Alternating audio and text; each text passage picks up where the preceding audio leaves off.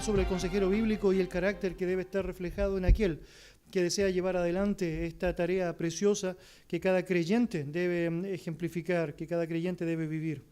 Obviamente, en primer lugar, es sumamente importante sostener la premisa de que cada creyente puede y debe estar preparado para aconsejar de manera efectiva.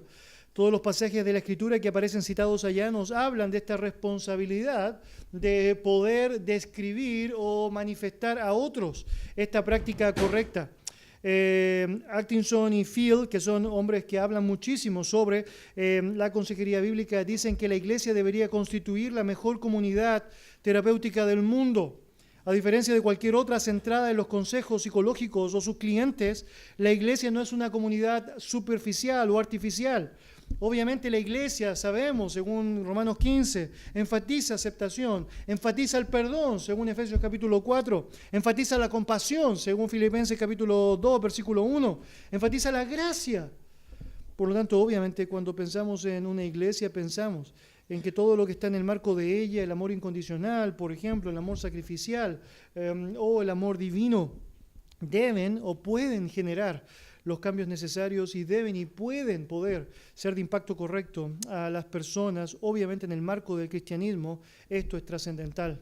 Ahora nota, hay un pasaje descrito allá, Colosenses capítulo 1, versículos 28 y 29.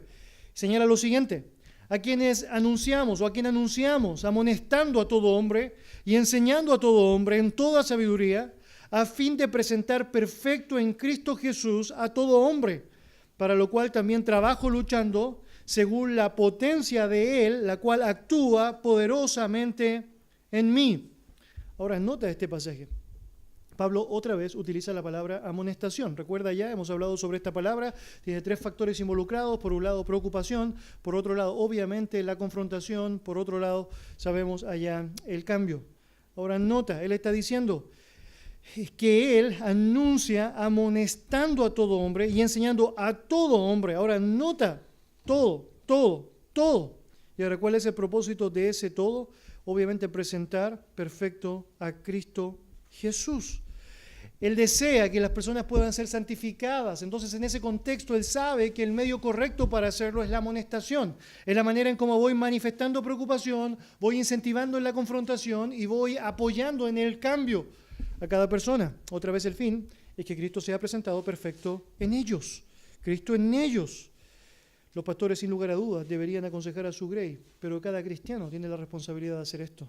Cada cristiano tiene la responsabilidad de querer o deber poder animar a otros a que puedan reconocer realmente quién es el Señor. Ahora nota el versículo 29 de lo que acabamos de leer: para lo cual también trabajo luchando según la potencia de Él, la cual actúa poderosamente en mí. Si usted tiene el mismo Señor que Pablo, usted puede tener la misma gracia de Dios que tuvo con Pablo, para poder trabajar luchando y poder poderosamente manifestar a otros a Cristo en sus propias vidas. Ahora, la clave, según el texto, es muy importante, sin duda, es la palabra del Señor, la confianza en el poder del Espíritu Santo. Él no está dependiendo de sus propias fuerzas, nota como lo dice allá, está luchando según la potencia de Él. La clave para que usted pueda ser un buen consejero cristiano no tiene que ver con su capacidad oratoria o su carisma o su capacidad para resolver encrucijadas, su discernimiento en algunos elementos o áreas allá. La clave está en la potencia de Dios, ayudándole a usted a poder ser usado en su gracia para poder decir lo que debe decir conforme a la Escritura. Ahora, según la Biblia, todas las personas creyentes deben estar dispuestos, disponibles para decir su verdad. Pero hay características trascendentales que hacen de que su propio rol, su propia labor pueda ser eficaz. Ahora vas a notar eso a través de su palabra. Mira Romanos capítulo 15.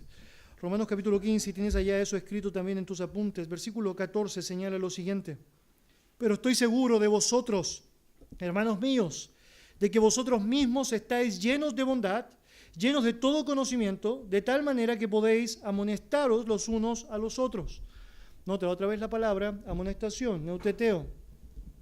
Pablo está diciéndole a los romanos: estoy seguro que ustedes pueden amonestar los unos a los otros. Ahora, para decir eso, Pablo está diciendo, habían dos características que estaban manifestadas en ellos, muy explícitas allá en el relato. En primer lugar, dice que están llenos de bondad y luego dice que están llenos de todo conocimiento. Y estas son las características especiales que un creyente debe tener en su propia vida. Por lo tanto, cada creyente que vive como Dios espera puede ser un buen consejero. Note allá dos características: lleno de bondad, lleno de conocimiento. Si bien Dios te manda un compromiso real con nuestros hermanos, obviamente es imprescindible tener un carácter propicio para que esto pueda ser llevado a cabo, un carácter adecuado para que esto pueda ser eficaz. Llenos de bondad es una obra del Espíritu Santo. Por eso, otra vez, es algo que cada creyente debe tener. Obviamente, el fruto del Espíritu Santo, entre otras cosas, es la bondad, se manifiesta activamente. La bondad es una actitud piadosa, de amabilidad, de disposición, de enfatizar al otro como superior. Obviamente, si cada creyente actúa como un creyente, obviamente puedes ser un buen consejero. Si amas a los hermanos, puedes aconsejar correctamente. Es un hermano lleno de bondad.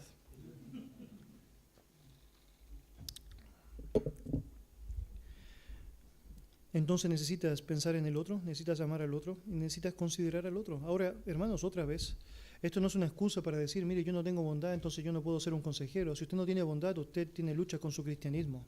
Esa es la verdad. La Biblia dijo que el mundo iba a conocer que nosotros éramos discípulos de Él si nos amábamos unos a otros. Eso dijo Jesús, ¿recuerda? En esto conoceréis que sois mis discípulos si os amáis unos a otros.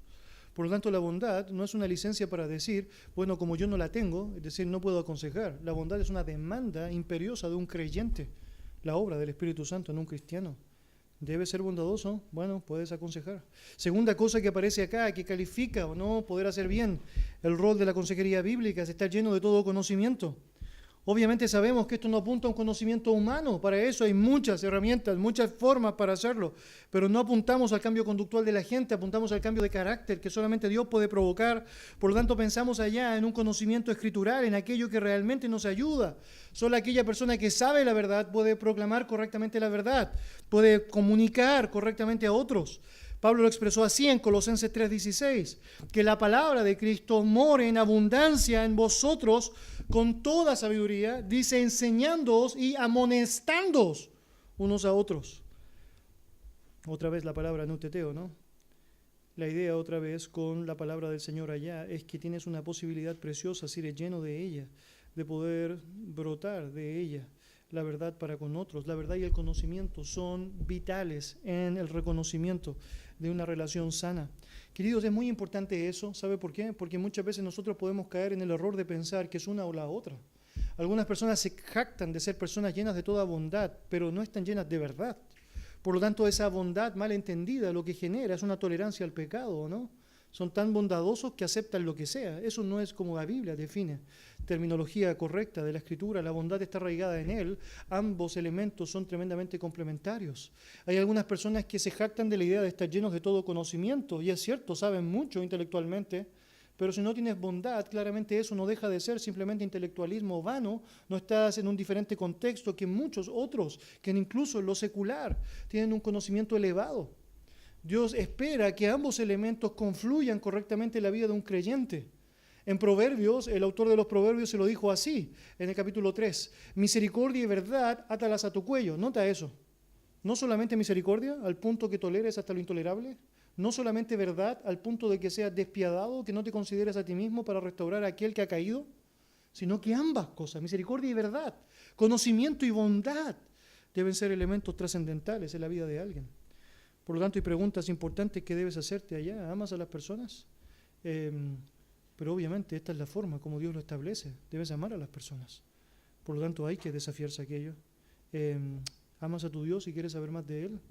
Y si estas dos cosas están siendo palpables en ti, tú puedes hacerlo bien, tú puedes edificar bien, tú puedes construir bien relaciones sanas en donde la palabra del Señor sea la autoridad que debe ser.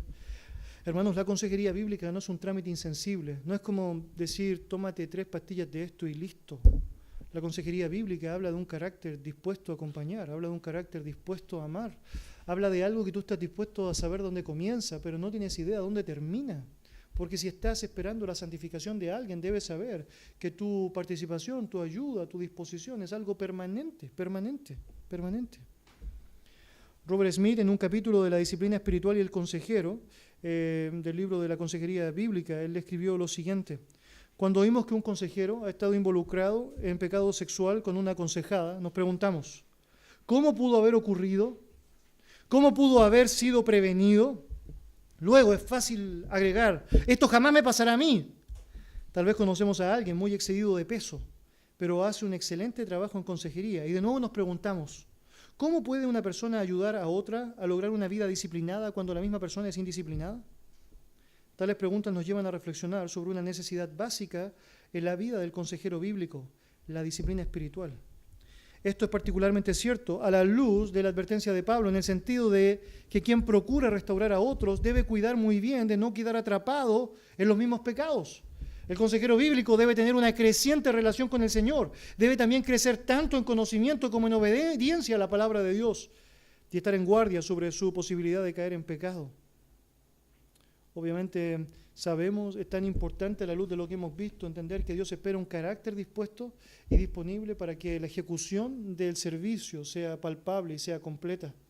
Dios espera que antes de poder sacar la paja en el ojo ajeno, yo pueda sacar la viga que está en mi ojo. Dios espera que yo pueda considerarme ante mí mismo antes de restaurar a otros para hacerlo con amor, de la misma manera como quisiera yo ser tratado.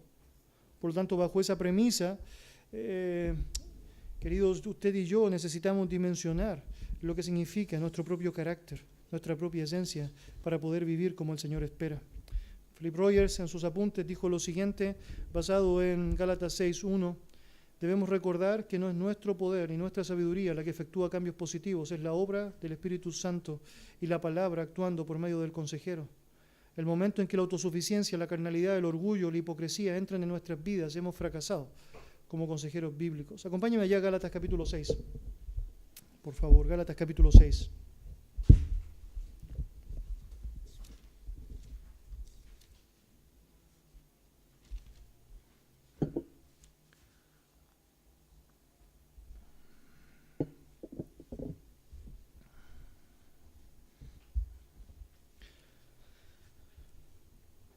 Versículo 1, mire lo que dice allá. Hermanos, si alguno fuere sorprendido en alguna falta, vosotros que sois espirituales, rechazadle con espíritu de mansedumbre. ¿Qué versión tiene usted? Otra vez. Hermanos, si alguno fuese sorprendido en alguna falta, vosotros que sois espirituales, marcadle con espíritu de mansedumbre. ¿Tampoco? Aborrecedle. ¿Tampoco? Odiarle. Tampoco. Difamarle. Nada. Nada parecido a eso, ¿no? Mire lo que dice. ¿Esto le compromete o no? ¿Compromete? Sin duda. La palabra del Señor dice que cuando alguien ha fallado, tenemos una responsabilidad.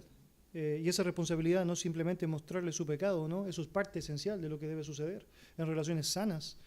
Pero el propósito final que tienes es restaurarle. Ahora, ¿cómo lo vas a hacer? Mire lo que dice, con espíritu de mansedumbre, considerándote a ti mismo, no seas que tú también seas tentado. La palabra del Señor nos está diciendo allá que hay una forma correcta para entender cómo debes llevar relaciones sanas. La lógica allá de la regla de oro, tratar a los demás como te gustaría ser tratado a ti, es algo esencial en la vida del cristiano. Por lo tanto, cuando piensas en un pasaje como este, piensas que hay una demanda alta de parte de Dios. ¿Cómo te gustaría a ti que te tratasen cuando tú estás en un pecado específico? Bueno, trata así a alguien. Y obviamente espero que te gustaría que te dijera la verdad. Espero también que te gustaría ser tratado con amor. Bueno, de la misma manera debes hacerlo. Mira cómo dice versículo 2, sobrellevad los unos las cargas de los otros y cumplid así la ley de Cristo. Tenemos una responsabilidad de ayudarnos mutuamente, de poder animarnos mutuamente para poder sobrellevar las cargas. Eso es lo que el texto nos enseña. Por lo tanto, hay un desafío que involucra nuestra propia vida, nuestro propio carácter. Cristianismo, hermanos, es algo del ser, sin duda. Tú eres cristiano, es decir, porque Dios te ha hecho un cristiano. Pero también cristianismo es algo del hacer, es decir, tú evidencias lo que eres a través de lo que el Señor ha hecho en ti. Cuando piensas en la consejería bíblica como en cualquier otra disciplina espiritual, tú debes saber que es clave lo que Dios ha hecho en ti y cómo ese carácter que Dios ha puesto en ti empieza a ser comunicado con otros. Déjeme ilustrarlo de la siguiente manera. A veces nosotros hacemos oraciones que son incorrectas. Por ejemplo, a veces personas oran, Dios, dame más amor. ¿Ha orado alguna vez así? Ahora, ya que dije que era incorrecto, seguramente no me va a decir. Pero de pronto nosotros naturalmente pensamos en eso, ¿no? Bueno, Dios, dame más amor para poder amar a esa persona despreciable. Y pensamos así, ¿o no? Ahora, la Biblia dice que Dios ha derramado su amor sobre nuestros corazones. Por lo tanto, mi oración no debe ser que Dios me dé su amor, Él ya me lo dio, lo evidenció, es perfecto. Lo que yo debo pedirle al Señor es que me ayude a vivir en coherencia con ese amor. Él ya me dio la cuota necesaria, yo necesito saber ahora, es decir, comunicarla como debo. Mi problema con las relaciones con otros no es culpa de Dios porque no me ha dado amor. Mi problema en las relaciones con otros es culpa mía porque no estoy viviendo en ese amor. ¿Me explico? Esa es la razón por la cual la Biblia dice tanto, andad en amor, andad en amor, andad en amor, andad en amor. Porque ya está. Por eso Jesucristo vino a la tierra a dejar huellas para que sigamos sus pisadas. Es porque ya caminó. Tienes que seguir las huellas nomás. En muchas ocasiones nosotros estamos pensando allá o no en la esperanza que necesitamos y Él nos ha dado esperanza o no. Él ha prometido una paz que sobrepasa todo entendimiento. Cada uno de estos elementos son elementos que tienen que ser vividos por nosotros. Por lo tanto, cuando pensamos en la lógica de nuestras relaciones con otros, tenemos que poner el foco donde corresponde. El foco no está necesariamente en algunas cosas que nosotros podemos ver como falencias humanas. El foco está en muchas veces allá, no dimensionar la capacidad que Dios tiene para hacer de vasos que podrían ser inútiles en cualquier contexto, útiles para su gloria, por su gracia, por su propia obra en nosotros. Él se ha encargado a través de su palabra de darnos lo necesario. Su espíritu puede habilitarte para poder ser bondadoso. Tu obediencia a su palabra te puede hacer bondadoso. Bueno, también el conocimiento es algo que Él se encarga de dar a través de tu palabra. Crecer en la gracia y el conocimiento de nuestro Señor y Salvador Jesucristo es una demanda que es posible ser llevada a cabo si estás dispuesto a obedecerle. Permítame compartir con usted 3 textos de la palabra del Señor que deben ser claves cuando piensas en ser una persona como creyente correcta y obviamente aplicado esto a la consejería bíblica. Mateo 7, versículos 1 al 5, está anotado allá. Dice así: no juzguéis para que no seáis juzgados, porque con el juicio con que juzgáis seréis juzgados, o con la medida con que medís os será medido. ¿Y por qué miras la paja en el ojo que está en el hermano y no echas de ver la viga que está en tu propio ojo? ¿O cómo dirás a tu hermano, déjame sacar la paja de tu ojo, y aquí la viga en el ojo tuyo? Hipócrita, saca primero la viga de tu propio ojo y entonces verás bien para sacar la paja del ojo de tu hermano. Mire, este pasaje ha sido mal utilizado a lo largo de la historia del cristianismo, sin duda alguna. En la época popular se ha hecho mucho más notorio, en la época cercana. La razón de eso es porque se ha hecho muy de moda esta frase, no juzguéis. Seguramente has escuchado eso, ¿no? No juzguéis.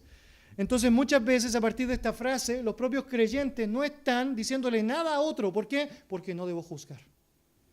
Pero eso no es lo que está diciendo el pasaje. El pasaje no está diciendo que no debes juzgar nunca.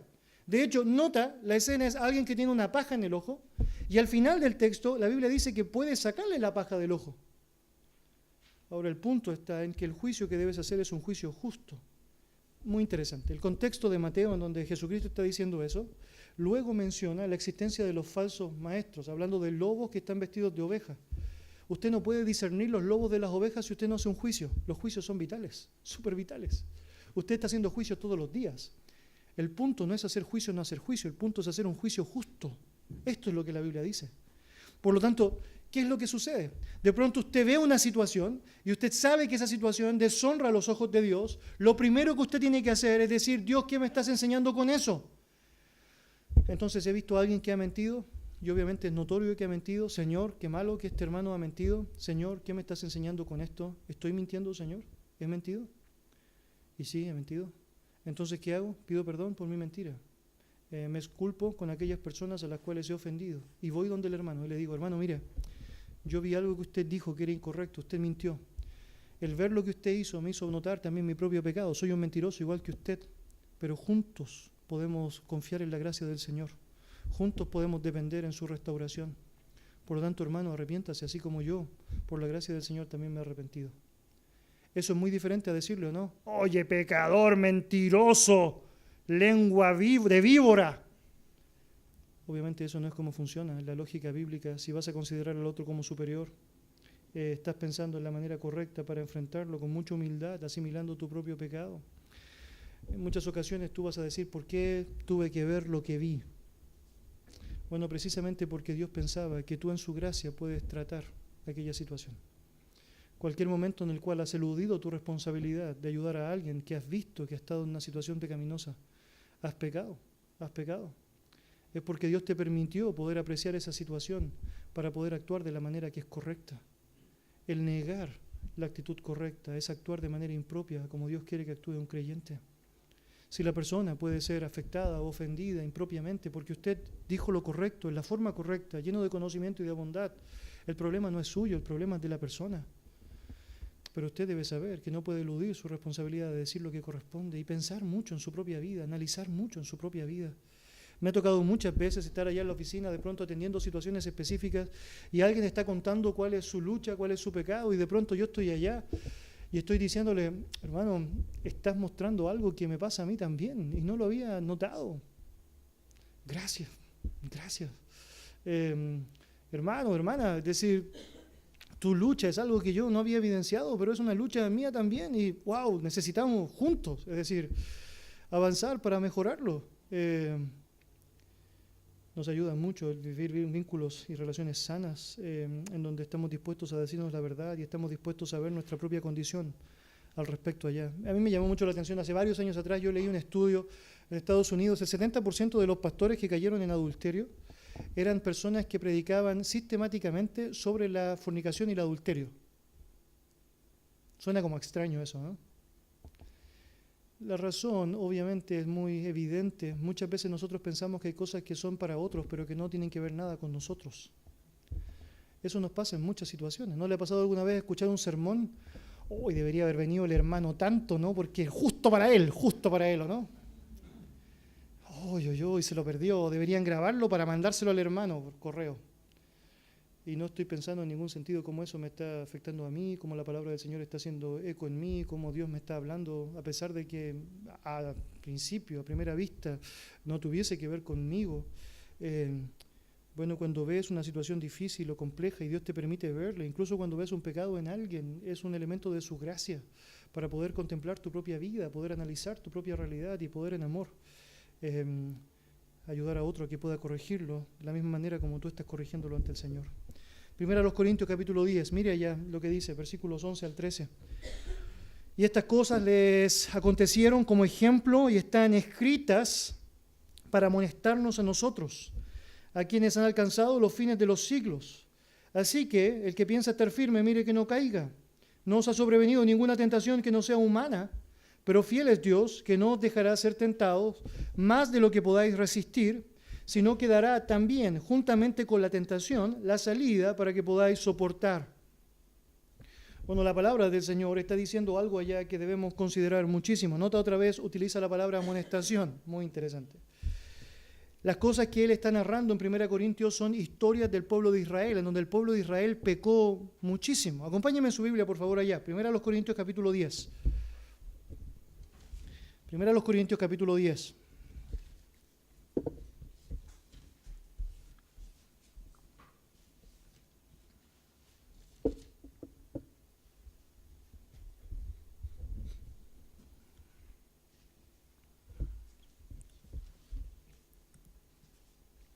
Versículo 1 en adelante, mire lo que dice. Porque no quiero, hermanos, que ignoréis que nuestros padres estuvieron bajo la nube, y todos pasaron el mar, y todos en Moisés fueron bautizados en la nube y en el mar, y todos comieron el mismo alimento espiritual, y todos bebieron la misma bebida espiritual, porque bebían de la roca espiritual que los seguía, y la roca era Cristo. Pero de los más de ellos no se agradó Dios, por lo cual quedaron postrados en el desierto. Ahora, detengámonos allá. La Biblia está diciendo que muchas personas vivieron experiencias espirituales incomparables.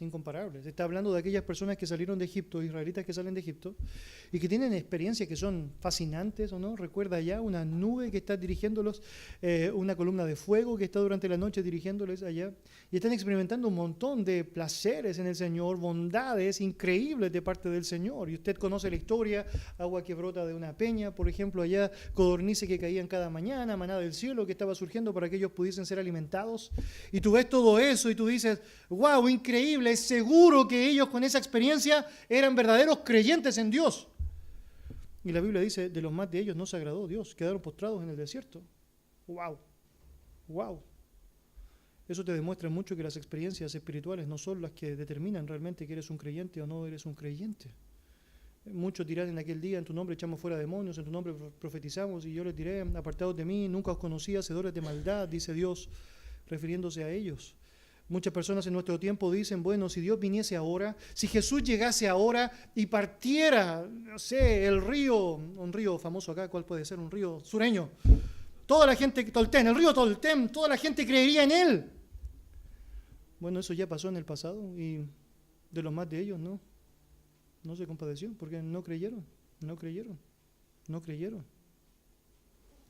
Ahora, ¿por qué Pablo está diciendo eso? Mira versículo 6. Más estas cosas sucedieron como ejemplo para nosotros. ¡Wow! Pablo está diciendo que eso que sucedió allá, obviamente con un propósito específico, tenía un rol importante en nuestra propia vida. Es un ejemplo para nosotros. Allá uno de los propósitos vitales del Antiguo Testamento, ser un ejemplo para nuestra vida, de aquello que no debemos hacer o aquello que sí debemos hacer. Mire, versículo 6 otra vez, dice, para que no codiciemos cosas malas como ellos codiciaron. La razón por la cual muchos de ellos no fueron aceptados, muchos de ellos finalmente terminaron con un destino eterno de tormento y castigo, es porque ellos codiciaron. Segunda cosa, versículo 7, mire, ni seáis idólatras como algunos de ellos, según está escrito, se sentó el pueblo a comer y a beber y se levantó a jugar. Ni forniquemos como algunos de ellos fornicaron y cayeron en un día 23,000. Ni tentemos al Señor, como también algunos de ellos le tentaron y perecieron por las serpientes. Ni murmuréis, como algunos de ellos murmuraron y perecieron por el destructor. Ahora, ¿por qué Pablo está diciendo todo esto? Bueno, otra vez, versículo 11. Estas cosas les acontecieron como ejemplo y están escritas para, note, amonestarnos a nosotros, a quienes han alcanzado los fines de los siglos. ¿Qué está diciendo? Mire, todos ellos se sentían muy seguros en aquellas prácticas espirituales. Es porque ellos se sentían, obviamente, de hecho, salvos. Ellos se sentían privilegiados por ser del linaje de Abraham. Mismo problema que tenían los judíos en el tiempo de Cristo. Pensaban que simplemente por ser del linaje de Abraham ya estaban listos, estaban completamente asegurados. ¿Y qué es lo que dice Pablo? No. ¿Por qué? Porque finalmente sus actos no evidenciaron realmente lo que deberían haber sido. Y obviamente están viviendo de manera muy impropia. Allá está la justa retribución para con ellos. Y ustedes deben saber eso para que no caigan en el mismo error. Para que no se crean demasiado fuertes como ellos se creyeron fuertes. Porque no se sientan demasiado fuertes los regalos de gracia que Dios les ha permitido recibir.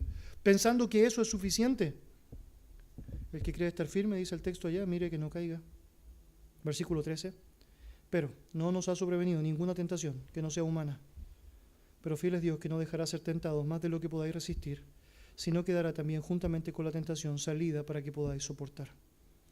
Una de las cosas lógicas que personas podrían pensar al leer este pasaje es decir, bueno, la verdad es que lo que podemos vivir va a ser demasiado fuerte, o mi pecado era demasiado fuerte para poder ser sobrellevado, ¿no? La tentación fue muy ruda como para poder salir de ella. Y Pablo quiere dejar en claro, no, eso no lo fue antes, tampoco lo va a hacer ahora. Mire ella, no os ha sobrevenido ninguna tentación que no sea humana. Primera cosa. A veces usted y yo vamos a caer en esta gran, es decir, este gran error. Vamos a decir, esto es inhumano. Bueno, ya sabe a partir de Pablo que todo lo que usted vive es humano. Ahora, ¿cuál sería la otra opción? ¿Extraterrestre? Yo siempre he pensado en eso, ¿no? Cuando persona esto no es humano, ¿qué cosa es entonces? ¿Animal? ¿Extraterrestre? ¿Qué cosa es eso, no? Todo lo que Dios permite que un humano viva es humano. Ya eso es algo importante, una buena base para construir juntos acá. Entonces es humano. Segunda cosa y segunda tentación que muchas veces tenemos, ¿o no? Pensamos, no podemos resistirlo, ¿no? Y la Biblia dice, fiel es Dios para que podáis resistir. Muchas veces personas viven momentos difíciles y ellos asumen, ¿no? Es que esto no lo puedo soportar, esto es insoportable, esto es algo que no puedo llevar adelante. Y la Biblia dice todo lo contrario. Y tú necesitas decir y decidir en esos momentos específicos realmente dónde vas a poner tu confianza, en lo que Dios dice o en lo que tu corazón engañoso y perverso dice, ¿no? Y aunque tu corazón engañoso y perverso diga que no lo puedes soportar, Dios dice sí, y vale la pena que le creas a Él. Y una tercera cosa que dice el texto allá es que juntamente con la tentación, Él provee la salida para que podáis soportar. ¿Siempre hay esperanza? Siempre hay esperanza. En Él siempre hay esperanza. Por lo tanto, es humano, es llevadero y hay esperanza. Y hermanos, cuando piensas en consejería bíblica, piensas en eso. Piensas en cuando ayudas a alguien que está en una situación terrible, terrible, y de pronto alguien te cuenta una historia terrible, que casi no puedes hacer otra cosa al principio que no sea llorar con esa persona, sabes algo allá en lo cual puedes solidificar tu conversación. Esto es humano, es decir, puedes vivirlo en la humanidad en la que estás con la gracia del Señor. Esto lo puedes sobrellevar absolutamente, la gracia de Dios será suficiente para ti, para que puedas resistirlo correctamente y para que puedas salir victorioso de esto. ¿Y hay una salida? Sí, sí la hay, sí la hay. ¿Usted cree eso? Debe creerlo. Debe creerlo. Un tercer pasaje que aparece descrito acá en los apuntes está allá en Santiago capítulo 1, versículos 16 y 17. Dice el texto: amados hermanos míos, no erréis. Toda buena dádiva, todo don perfecto desciende de lo alto, del Padre de las luces, en el cual no hay mudanza ni sombra de variación. Esto es muy bueno para el consejero creyente, esto es bueno para todos los cristianos. Usted debe asumir esta realidad. Toda buena cosa que puede provenir, toda buena cosa que usted puede experimentar, toda buena cosa que usted puede llevar a cabo, proviene de lo alto. Y saber esto le ayuda mucho. ¿Sabe para qué? Para no darse la gloria a usted, para dársela a Él. El saber que todo desciende de Él, toda cosa buena que usted puede experimentar es fruto y obra de Él, le ayuda muchísimo para poner el lugar donde debe estar al Señor. En alguna ocasión usted va a dar un buen consejo bíblico y alguien le va a decir: oiga, usted es lo máximo, ¿no? Justo llegó al corazón de mi problema. Y usted va a tener que decirle: no, el Señor lo hizo. El Señor lo hizo. Ponga su mirada donde debe ponerla. Y usted ponga la mirada donde debe estar. Si usted reconoce que toda cosa buena está en Él, obviamente tiene una buena oportunidad para seguir experimentando correctamente aquello, no envanecerse, obviamente seguir en humildad y estar disponible para vivir de la manera que el Señor lo ha determinado.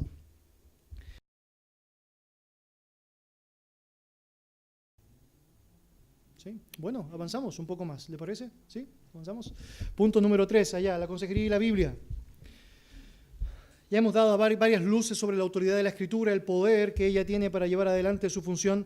La palabra de Dios es clave en cuanto a su uso en la resolución de problemas y el cambio efectivo. Obviamente, ella es el instrumento necesario que el consejero necesita. Así como no debes ir a una guerra sin una espada, como podríamos usar terminología ya en cuanto a la armadura del cristiano, tampoco requieres o puedes ir a la vida sin tener la autoridad de la Escritura establecida en ti, fundamentada en ti. El Salmo 19, versículos 7 al 9 dice: la ley de Jehová es perfecta, que convierte el alma. El testimonio de Jehová es fiel, que hace sabio al sencillo. Los mandamientos de Jehová son rectos, que alegran el corazón. El precepto de Jehová es puro, que alumbra los ojos. El temor de Jehová es limpio, que permanece para siempre. Y los juicios de Jehová son verdad, todos justos. Cada frase descrita en esta terminología bíblica, en este pasaje de la Escritura, es una exclamación de la gloria de Dios. Es una exclamación del poder que tiene la palabra del Señor para hacer lo que nadie puede hacer. Tú no conviertes a la gente, la palabra las convierte. Tú no puedes hacer sabio al sencillo como la Biblia puede hacerlo. Tú no puedes alegrar el corazón como los mandamientos de Jehová pueden hacerlo. Tú no puedes alumbrar los ojos como el precepto de Jehová lo hace. Tú no puedes permanecer para siempre como el temor de Jehová o su palabra permanece. Tú no puedes ser tan justo como la palabra del Señor lo es. Por lo tanto, siempre el nexo directo es hacia ella, es hacia ella, es hacia ella. Obviamente la santa palabra de Dios necesita ser enfatizada en nosotros a tiempo y fuera de tiempo. Por lo tanto, bien hacemos en darle un lugar exclusivo a la palabra del Señor y considerarla en cuanto a la práctica, el ejercicio de la consejería. J. Adams dice lo siguiente: solo la palabra de Dios mismo puede decirnos propiamente cómo hemos de cambiar. Solo en la Biblia puede hallarse la descripción veraz del hombre, su situación apurada y difícil, y la solución que da Dios en Cristo. Solo las Escrituras pueden decirnos qué clase de personas hemos de llegar a ser. Solo Dios puede mandar, dirigir y dar poder para efectuar los cambios apropiados que van a permitir a los hombres, a los cuales Él redime, a que renueven su propia imagen corrompida por la caída. Sabemos que es la palabra del Señor la suficiente para poder, con la autoridad que tiene, ayudarnos y corregirnos en aquello que debe ser mejorado en nosotros. Varios elementos importantes de considerar en esto que sería básicamente bibliología. La palabra de Dios es inerrante. Letra A, la palabra de Dios es inerrante. Mire, creemos que Dios, que es capaz de crear todo el universo, es capaz de crear un libro perfecto, y la respuesta es sí, absolutamente sí. Creemos que Dios, que tiene la capacidad de hacer todo sin error, puede crear un libro sin error, y la respuesta es sí, absolutamente, puede hacerlo. Si la Biblia contiene verdaderos errores, entonces quiere decir que el Dios omnisciente y capaz y todopoderoso tiene errores. Es insuficiente para hacer lo que Él prometió hacer perfecto. Por lo tanto, claramente esto no es algo que debe ser discernido por nosotros. Si nosotros somos de aquellas personas que asumen que la Biblia es autoridad para algunas cosas, pero no es autoridad para otras, note el problema con eso es que usted se está poniendo en el lugar de Dios, determinando cuál es la verdad y cuál no la es. Y eso es caer en lo que Romanos dijo, cambiar la gloria de Dios en imagen de hombre. Ponerse usted en el lugar que no le corresponde. La Biblia y toda la Biblia es sin error.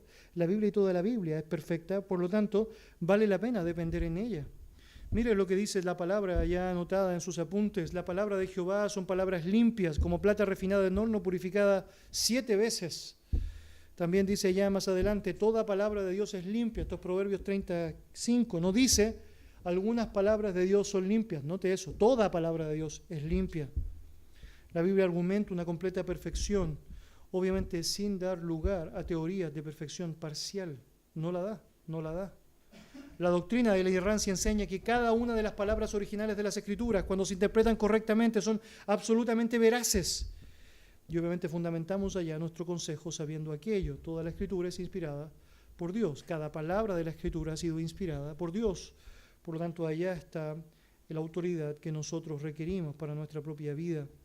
Podemos decir entonces que la Biblia fue escrita, sabemos, por hombres, pero fueron escritas cada una de sus palabras, 100%, obviamente por la guía del Espíritu Santo, como si hubiesen sido escritas por el propio dedo de Dios, 100% inspiradas por Él. Por lo tanto, cuando usted está tomando la palabra del Señor y usted está citando la palabra del Señor, usted está citando vida perfecta, usted está permitiendo que personas puedan tener lo que realmente ellos quieren. Mire, yo aprendí algunas cosas en el camino a través de ensayo y error, malos ensayos de error, me arrepiento por eso. Una de aquellas cosas que hice muy mal fue pensar que habían ciertas historias que podrían ser atractivas a las personas para poder llamar su atención.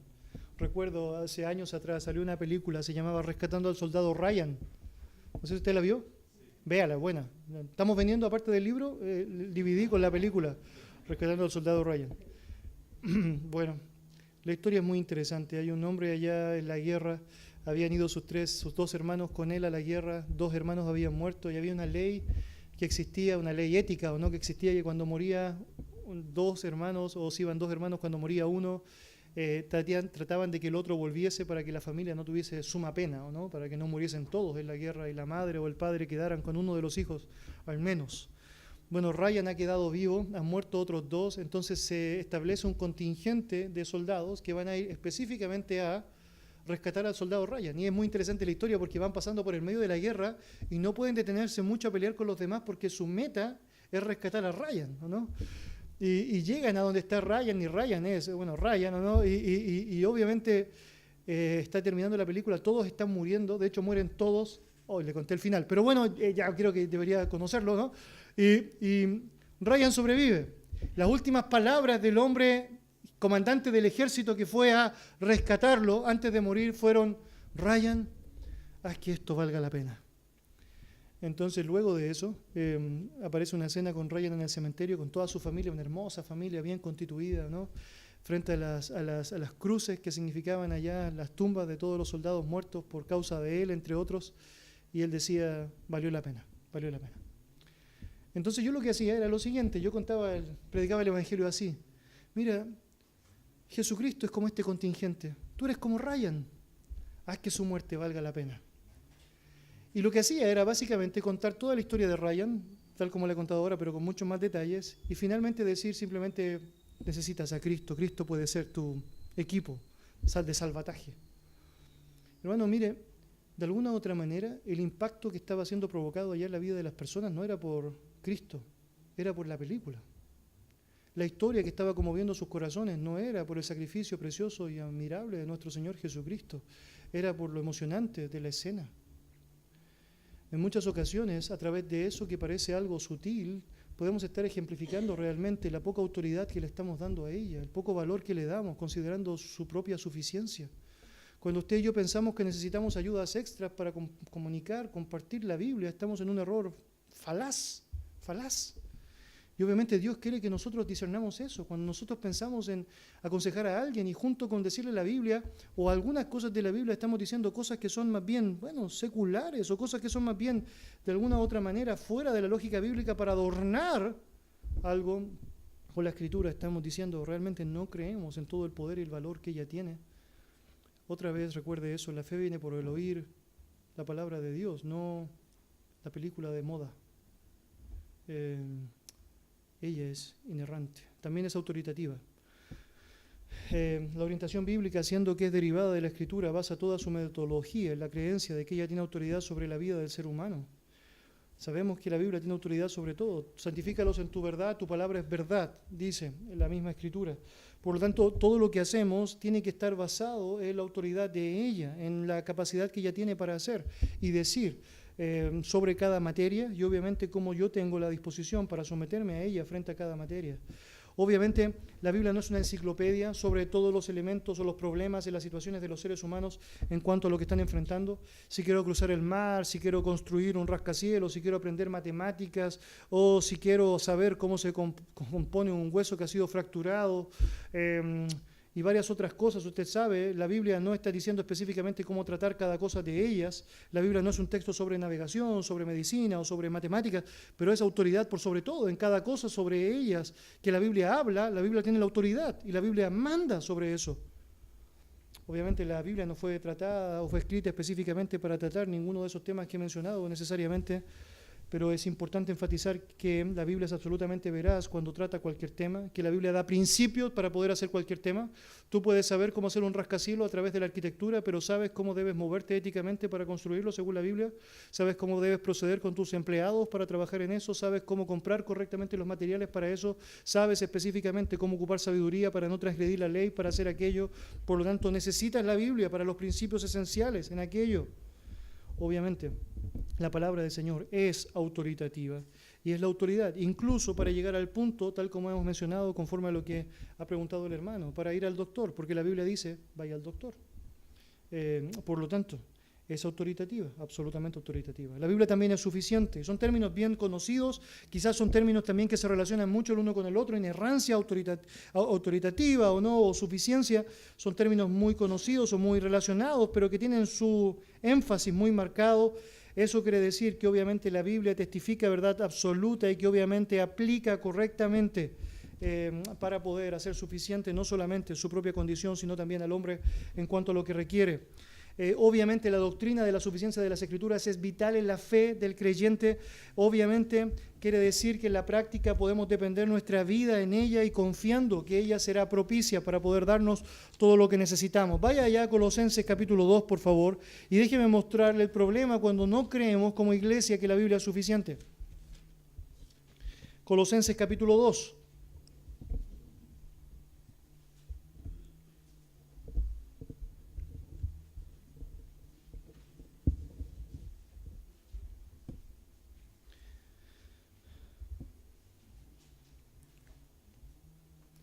Mire, versículo 8, lo que dice, Colosenses capítulo 2, versículo 8. Mirad que nadie os engañe por medio de filosofías y huecas sutilezas, según las tradiciones de los hombres, conforme a los rudimentos del mundo y no según Cristo. Ahora, note, muy interesante el pasaje allá. El pasaje está asumiendo que había una lucha que estaban enfrentando los colosenses. Obviamente, cuando yo no creo que Cristo es suficiente, cuando yo no creo que la palabra es suficiente, yo voy a aceptar cualquier otra cosa. Cualquier persona que le diga a usted necesita a Cristo y, cuando le dice y, usted tiene que automáticamente descartar cualquier cosa que van a decirle. Cuando alguien le dice usted necesita la palabra y, usted sabe automáticamente esa conjunción anula cualquier cosa que la persona va a decir, porque usted no necesita otra cosa que no sea la Escritura para su salvación y para su santificación. Y la Biblia dice que el efecto de no otorgar o entender eso permite muchas veces que seamos engañados por medio de filosofías y huecas sutilezas. Eso es mucho de lo que aceptamos como integracionismo en nuestros días. Filosofías y huecas sutilezas, que obviamente están fundamentadas en las tradiciones de los hombres y no según Dios. Es lo que el hombre dice y no es lo que Dios dice. Por lo tanto, tenemos conflictos serios.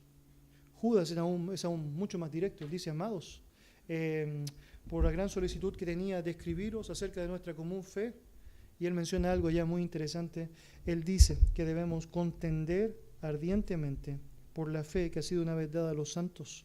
Cuando se trata de su verdad doctrinal, aquello que ha sido dado una vez para nosotros a través de su verdad, usted debe contender por eso. Es algo serio, no es algo que puede ser tomado a la ligera.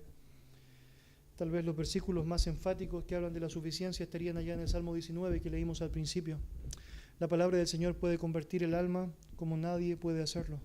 La palabra del Señor puede hacer sabio al sencillo. Me llamó mucho la atención al estudiar ese pasaje. La palabra que utiliza para sabio es la misma raíz en hebreo que se utilizaba para funcionar en un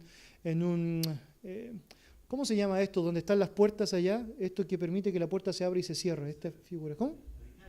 Bisagra. Muy interesante, es la misma raíz en hebreo para bisagra. ¿Cuál es la idea? La idea es que la palabra te permite poder saber cuándo tienes que cerrar la puerta y cuándo tienes que abrir la puerta. Muy interesante, te da discernimiento necesario, porque hay muchas ocasiones en donde tú tienes problemas porque abriste la puerta donde no tenías que abrirla y porque no cerraste la puerta cuando tenías que cerrarla. La Biblia lo hace. La palabra del Señor es suficiente para tu gozo. La Biblia dice que los mandamientos alegran el corazón. La Biblia dice también que los mandamientos fueron escritos para que su gozo sea cumplido. ¡Wow! Increíble. La Biblia obviamente permanece para siempre y eso me ayuda mucho. Te debe ayudar mucho saber que la palabra del Señor no cambia. Usted sabe, todas las ideologías cambian, eso va pasando siempre, ¿no? No me da certeza seguir algo que va a cambiar. ¿Por qué quiero pelear por algo que mañana ya no va a existir? O que mañana ya no va a ser creído de la misma manera que lo creía ahora. Pero cuando usted cree la Biblia fue igual ayer, es igual hoy día y será igual mañana. Puede sostenerse confiadamente en eso. Usted puede enseñarle a sus hijos con la certeza de que esa verdad no va a cambiar. Pero si enseña ideología, eso va a cambiar. Eso va a cambiar. Hoy día, la suficiencia de las Escrituras está permanentemente bajo ataque. Y una de las grandes maravillas es aquella que está establecida por Jesucristo. Él dice que mis ovejas oyen mi voz y yo las conozco y me siguen. Mis ovejas oyen mi voz, la voz de Él, la voz suficiente de Él.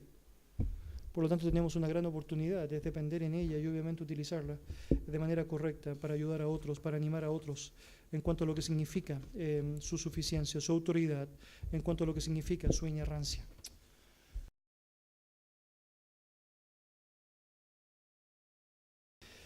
Hemos estado hablando sobre la autoridad de la Escritura y aquel valor que debemos entregarle a ella en cuanto a todo lo que significa nuestro andar y en particular cuando pensamos en la resolución de los conflictos y en la forma en cómo queremos ayudar a otros. Es muy importante el poder hacerlo bíblicamente. Usted tiene allá en sus apuntes una sección que se llama Consideraciones vitales en la consejería. Obviamente, si usted ha asumido que la Escritura es inerrante, es autoritativa y es suficiente, usted va a estar comunicándola, pero debe comunicarla correctamente. Y para eso, obviamente, deben haber varios principios que deben ser considerados por usted y por mí. El primero, descrito allá, es que la instrucción debe estar basada en la Biblia. No son meras ideas humanas, no son meras conjeturas o filosofías o huecas sutilezas. La verdad bíblica es la fuente correcta de la información que usted va a compartir y obviamente ella debe estar bien explicitada. Henry Ward dijo lo siguiente: la Biblia es la carta de navegación de Dios para guiar nuestro barco, guardarnos de que vayamos a parar al fondo del mar, mostrarnos el puerto y cómo arribar a él sin dar contra rocas o barreras. Por lo tanto, sabemos, obviamente, por toda la descripción bíblica, que hay una buena ilustración acá dada por este hombre. La Biblia nos ayuda en todo lo que necesitamos para andar, para movernos, para evitar el peligro, también para saber cómo llegar a buen puerto de manera correcta. Vaya en su Biblia, por favor, a Segunda de Pedro. Segunda de Pedro.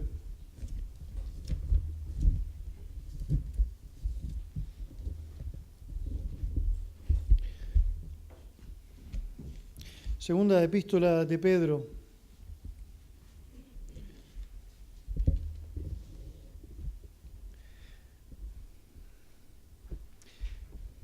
Capítulo 1. Mire lo que dice la palabra del Señor en el versículo 3 y de ahí en adelante. Como todas las cosas que pertenecen a la vida y a la piedad nos han sido dadas por su divino poder, mediante el conocimiento de aquel que nos llamó por su gloria y excelencia, por medio de las cuales nos ha dado preciosas y grandísimas promesas, para que por ellas llegaseis a ser participantes de la naturaleza divina, habiendo huido de la corrupción que hay en el mundo a causa de la concupiscencia.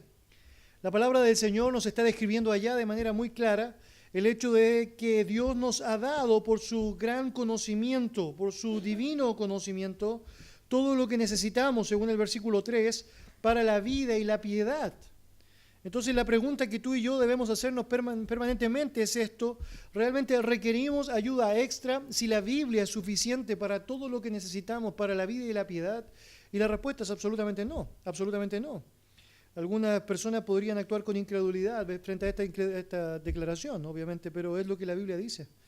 La palabra del Señor nos entrega ya todo lo que tú y yo necesitamos para poder movernos con claridad, para poder sostenernos con firmeza. El Señor Jesucristo lo ilustró de la siguiente manera. Él dijo que iba a comparar a toda aquella persona que escuchaba y guardaba, aquella persona que estaba viviendo la palabra del Señor, con aquella que ponía su casa sobre la roca. Conoces allá la historia y sabes eventualmente cómo sucede allá el desarrollo de ella. Vienen impetuosos vientos, vienen diferentes dificultades allá, pero la casa permanece. Y esto es lo que sucede finalmente cuando tú y yo entendemos la autoridad de la Escritura y estamos dispuestos no solamente a tenerla, sino también a vivirla. Es que tenemos la posibilidad de saber que independiente de aquellas fuerzas o vientos impetuosos que pueden llegar, aquellos movimientos terribles que podemos experimentar, a través de ella tenemos la tremenda posibilidad de poder mantenernos firmes y arraigados para todo aquello que necesitamos, tal como dice Pedro, para la vida y la piedad. Entonces, cualquier cosa que nosotros consideramos es necesaria para poder equiparar eso, para poder tener alguna consistencia distinta en esta vida, obviamente es algo que no debe estar en el lugar de la Escritura, debe ser desechado por nosotros. No debemos nunca pensar que la Biblia no es lo propicio. Por lo tanto, obviamente sabemos, la instrucción debe estar basada en la Escritura y obviamente también nos ayuda a saber eso cuando pensamos en que las alternativas que existen frente a la Escritura son alternativas humanas que claramente tampoco nos generan mucha garantía. Déjeme explicar eso de diferentes maneras. Una razón por la cual no es bueno que usted confíe en teorías humanas en contraste con la autoridad de la Escritura es porque el hombre es finito. Y eso hace que la información que el hombre pueda dar también corra el mismo riesgo. Es decir, no podemos asegurarnos de algo si la visión es sesgada frente a la situación. Tenemos en la iglesia algunos físicos. Hasta ciertos años atrás pensábamos que lo más pequeño que existía en el átomo era la división de hestio, ¿no? Sabemos allá todo lo que está involucrado en este átomo. Bueno, se ha descubierto con los años y los estudios que hay partículas mucho más pequeñas que las que nosotros conocíamos. Y probablemente van a seguir descubriendo mucho más. Por lo tanto, todas aquellas personas que murieron bajo la idea de que el átomo podría ser la más pequeña expresión de todo, obviamente murieron sin tener toda la información necesaria. Personas en algún momento podían haber muerto por ello, defendiendo esa verdad, pero mientras más información llega te das cuenta de cosas que claramente te sorprenden. El hombre es finito, por lo tanto nunca puedo poner las terminologías o las decisiones del hombre como verdades absolutas y obviamente desechar la Escritura como esa verdad confiable. La razón, obviamente, es porque también sabemos, la visión está tremendamente sesgada, no tenemos todo el conocimiento que quisiéramos, sobre todo. De hecho, aún Dios no nos ha dado todo el conocimiento de sus cosas. Las cosas secretas pertenecen a Él, las reveladas son para nosotros. Por lo tanto, muchas veces aún nosotros tratamos de explicar en nuestros propios términos aquello que ni Él mismo quiso explicar porque no era necesario. Nuestra visión está sesgada, no vale la pena que nosotros queramos asumirlas como tal. Déjeme ilustrarlo de la siguiente manera. Habían 4 hombres que tuvieron la vista vendada y tenían la posibilidad allá de poder tocar un elefante con la vista vendada y tenían que decir qué era lo que estaban tocando, sin saber que era un elefante, obviamente, ¿no? Entonces aquellos hombres con la vista tapada llegan allá y, bueno, el primer hombre justo toca la pierna del elefante. Entonces al tocar la pierna del elefante le preguntan ¿qué es esto? Y la descripción que da el hombre, ¿o no? Esto es un tronco de un árbol. ¿Seguro? Absolutamente seguro. Esto es increíblemente aceptable. Mi tacto no falla. Esto es claramente el tronco de un árbol. El segundo tocó la trompa del elefante, ¿no? Y le preguntaron, bueno, ¿qué tocaste? Bueno, esto es una manguera. Obvio que es, ¿cómo va a ser un tronco de un árbol? Es una manguera, es obvio, estoy tocando. Sé claramente lo que estoy tocando con mis manos. El tercero tocó la cola. Esto es una soga. Aquellos que están diciendo que este es un tronco de un árbol o que francamente es una manguera están completamente en el error. La verdad absoluta es que es una soga. Se siente, se toca, se palpa como una soga. El último que estaba tratando de llegar allá golpeó contra el costado del elefante antes de tocar y bueno, obviamente él asumió, este es un muro, correcto. Si yo le preguntara a usted quién tenía la razón de los 4, ¿cuál sería la respuesta? Ninguna. Pero ellos podrían estar dispuestos a pelear contigo hasta el final para justificar su punto. Lo que nos hace a nosotros saber que ninguno tenía la razón es que nosotros sabemos qué es lo que estaban tocando, ¿no es cierto? Estaban tocando un elefante. Cuando tú y yo tenemos la oportunidad de saber algo de acuerdo a la verdad, nosotros estamos en esa posición, en la posición de saber que realmente es un elefante. Y cualquier persona podría dar su propia impresión, su propia inquietud o su propio planteamiento sobre aquello que está considerando, que está palpando o tocando o asemejando. Pero lo cierto es que la verdad absoluta es lo que la Biblia dice, independiente de lo que el hombre pueda asimilar o asegurar o aún discutir para poder justificar. Mis hermanos, en Isaías capítulo 40, versículo 14, escuchamos esta pregunta retórica. ¿A quién pidió consejo para ser avisado? ¿Quién le enseñó el camino de juicio? ¿Le enseñó el conocimiento del consejo para ser avisado? ¿Quién le mostró la senda de la prudencia? Hermanos, no hay limitaciones en la sabiduría de Dios. Por lo tanto, bien hacemos nosotros en descansar en su verdad y asumirla como tal, y defenderla como tal, vivirla como tal, y no luchar. Precisamente, ¿por qué? Porque el pensamiento del hombre es un pensamiento que, entre otras cosas, es finito. Segunda cosa por la cual no conviene creer en el pensamiento del hombre es porque es un hombre caído. Obviamente sabemos que no puedes comparar el pensamiento del hombre con la verdad absoluta porque proviene de un hombre que ha caído, su naturaleza ha sido corrompida absolutamente. Obviamente nada hay correcto allá, por lo tanto tenemos costos que son tremendos cuando estamos pensando que algo que está arraigado en el corazón del hombre, que es engañoso y perverso, es la verdad. No, absolutamente no. Lo cierto es que la verdad no puede ser comparada con él. Y obviamente bajo esa perspectiva nos ayuda a saber que es necesario confiar absolutamente en su verdad. Entonces, debe estar basada en la Escritura. Segunda cosa que tú y yo debemos considerar con respecto a la perspectiva bíblica para aconsejar es que la instrucción debe ser bíblicamente exacta. Ahora, esto es muy importante también. ¿Y a qué me refiero con eso? Obviamente es que debemos ser prolijos en cómo utilizamos la Escritura para compartir con otros. La Biblia dice que debemos procurar con diligencia presentarnos a Dios aprobados, como obrero que sabe trazar la palabra de verdad. Muchas veces personas están aconsejando bíblicamente pero ocupando textos fuera de contexto, fuera de la lógica bíblica, y obviamente allá estás perdiendo mucho de lo que significa el consejo correcto hacia otros. Entonces hay algunas sugerencias que podría darles para ayudarle para que su consejo sea bíblicamente exacto.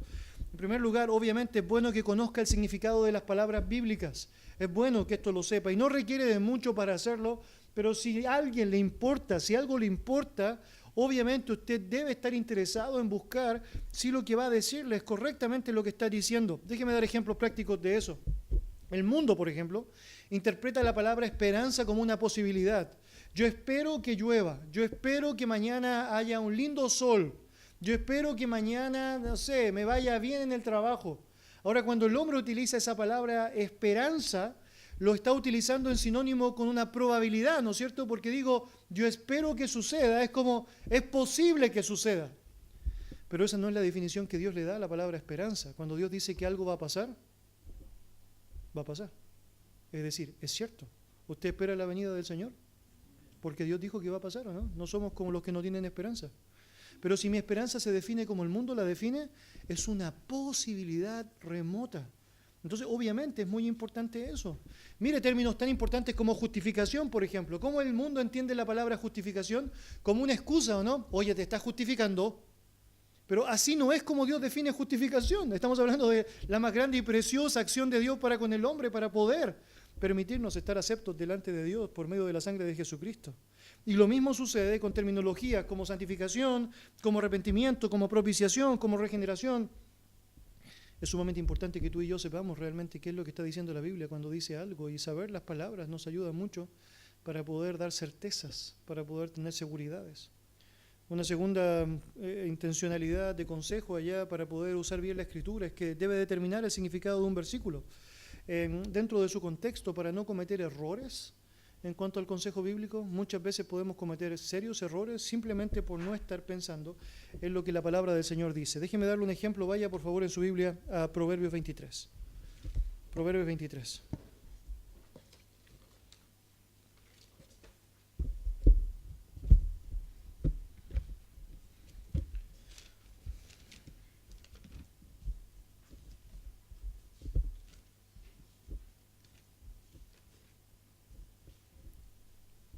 Proverbios 23, versículo 7, la palabra del Señor dice así: porque cuál es su pensamiento en su corazón, tal es él. Ahora, simplemente las personas a veces toman esa parte del pasaje y lo que enseñan es que nuestros pensamientos determinan lo que somos. Esto es la primera impresión que les da el pasaje. Y obviamente la idea que da a continuación es que puedes ser lo que quieras, lo que pienses que eres, eso es lo que vas a lograr, porque eso es lo que dice la Escritura, porque cuál es su pensamiento en su corazón, tal es él. Por lo tanto, es tan importante tus pensamientos, porque obviamente en la práctica lo que pienses es lo que vas a llegar a hacer. Ahora, obviamente aún muchos libros cristianos, muchos de consejería destacan eso, hablando de los pensamientos y cómo es la forma concreta de regularlos. Ahora, el punto es que el pasaje está diciendo absolutamente todo lo contrario. Mira el contexto completo, mira el versículo 7 completo, dice, porque cuál es su pensamiento en su corazón, tal es él, come y bebe te dirá, mas su corazón no está contigo. Lo que está diciendo el pasaje en la práctica es que hay alguien que puede estar diciendo algo que es completamente distinto a lo que está en su pensamiento. De hecho, te puede estar diciendo come y bebe, pero realmente lo que quiere es que no lo comas y que no lo bebas. Es decir, le eres despreciable. Mira el contexto otra vez, versículo 8. Vomitarás la parte que comiste y perderás tus suaves palabras.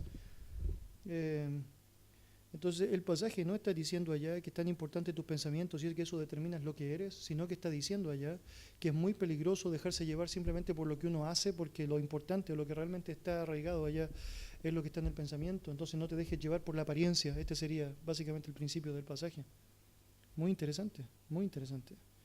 En muchas ocasiones personas podrían estar diciendo, mira, tú necesitas sobreponerte de la situación que estás pasando porque todo lo puedes en Cristo que te fortalece. Filipenses 4:13. Ese pasaje no está hablando de cualquier situación específica. La connotación directa del contexto de ese pasaje es contentarse con la situación en la que esté, económicamente hablando, buena o mala. Aprender a contentarse con el Señor. Ese es el contexto en donde ese pasaje se utiliza.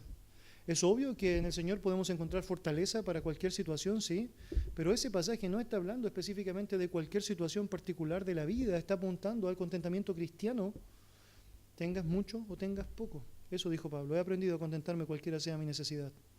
Y allá termina diciendo, todo lo puedo en Cristo que me fortalece. Tercera cosa que puede ayudarle muchísimo, interprete cada pasaje en armonía con el resto de la Escritura. Obviamente, si hay un pasaje difícil en la Escritura, lo que puede hacer usted es ver lo que dice el resto de la Escritura. Pablo hace una pregunta en Corintios 15, ¿no? ¿Y qué de modo que harán los que se bautizan por los muertos? Entonces los mormones hicieron una teoría del bautismo por los muertos, ¿no? De hecho, ellos se bautizan por personas que han muerto antes, obviamente, para lograr con eso atributos para su salvación.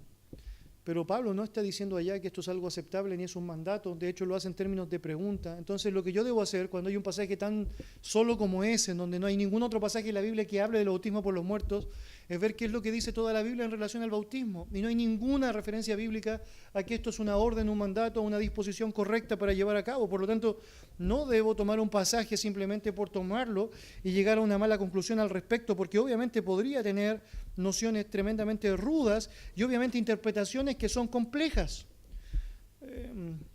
Una vez estando hablando con un esposo, él me dijo que estaba convencido de que su esposa estaba obligada a hacer cualquier cosa que él le pidiese.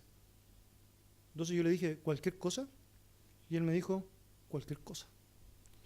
Entonces yo le pregunté, bueno, entonces eso quiere decir que si usted toma la pistola y le dice a su esposa, quiero que balees a tal persona, ¿ella debería hacerlo?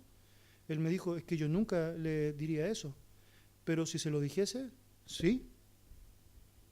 Bueno, mi primer pensamiento es que yo no quería ser su esposa, obviamente, ¿no? Ni la persona a la cual él iba a mandarla a balear. Entonces le dije, ¿y con qué base bíblica tú argumentas eso? Fácil, pastor. Efesios capítulo 5. Acompáñeme, por favor. Efesios capítulo 5, mire, nombre bíblico, completamente.